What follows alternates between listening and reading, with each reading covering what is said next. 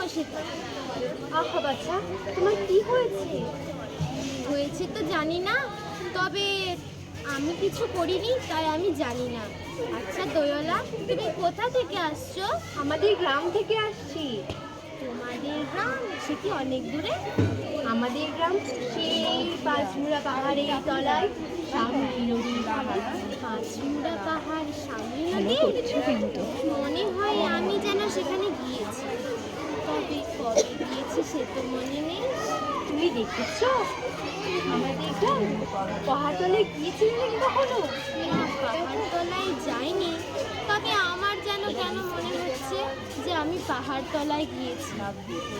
দেখেছো? তবে বলো দেখি কেমন আমাদের গ্রাম?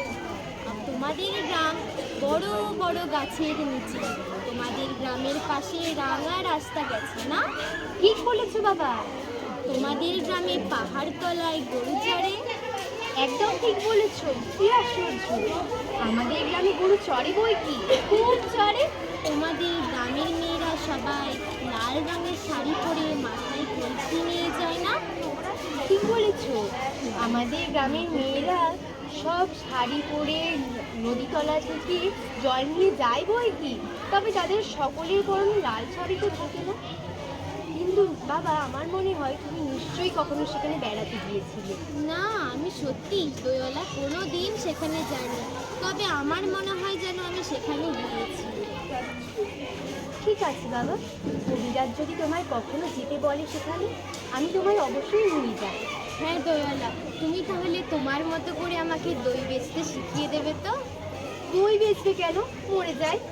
তুমি এত এত পুঁথি করে পণ্ডিত হয়ে উঠবে। না, আমি কখনো পণ্ডিত হব না।